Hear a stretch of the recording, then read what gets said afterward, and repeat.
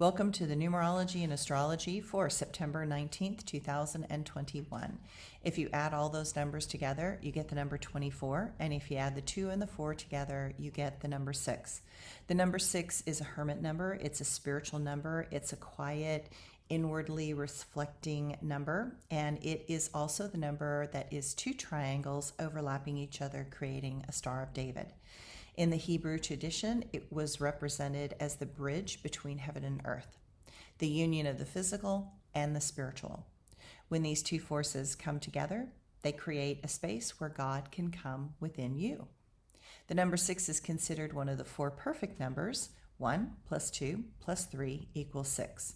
After all, supposedly, God created man on the 6th day, and on the 6th day of the week, Christ died on the cross. And the circumference of the globe is 360 degrees, or 660s, and our hour is divided into 60 minutes, each of 60 seconds. The positive side of this number represents religion and unconditional love. It is the spiritual celibate seeker who wants to live a perfect life in order to connect to God. On the negative side, this number can become rigid, dogmatic, right-wrong oriented, and reclusive. So, today, using the number 6, do some meditation. Go within. Try not to be dogmatic. Try not to think that you're right about everything. Try to see the other side for a moment and be still and contemplate and wait. The astrology today. The moon is in Pisces, giving us permission to feel and express.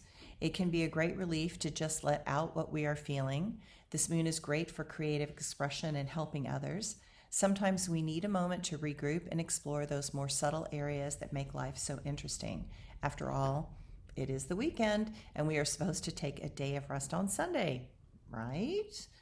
This is the perfect day to attune to our more spiritual self and let those things that require a ton of effort and focus to wait until tomorrow. And my quote for today: take some time, take a break, take many moments to eat cake.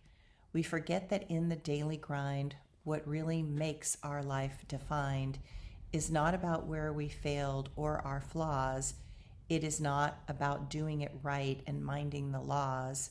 It is about coming home to who we really are. That is how we find inside what we searched for from afar. And my blog for today. I woke up at 4 a.m., listened to the morning awaken. The air is cooler and calming as we move towards a storm that is supposed to give us rain here in California. I'm crossing my fingers that the storm arrives, and it is one of those great storms with no lightning and a deluge of rain. I wish for a moment when life has no distractions from a world enraged and in reaction. I wish for laws that allow freedoms and acceptance for all people. I wish for a world that moves forward, not back. I wish for a world whose powers are designed to support those with the least so that they can thrive. I wish for a world where trees and nature are protected. I wish for a world where medical progress is embraced so we can all stop wearing masks in public. I wish for a world that I dreamed was possible when I was a child. I wish for a world where compassion leads and hatred is outlawed.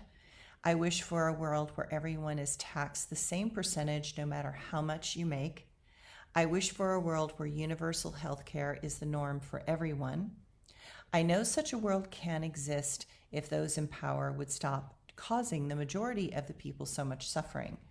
There are always a few that viciously want to control the many through neglect and chaos. Perhaps I have come from another world in space and time. Perhaps I have come to help stop all the crime. Perhaps my soul knows that such actions keep us all stuck. Perhaps I know that no one wants to be caught in this muck. I understand that for some that have been cursed to swallow lies until they burst, I feel for them because they are blind and numb and cannot hear the beat of karma's drum. Thanks, everyone.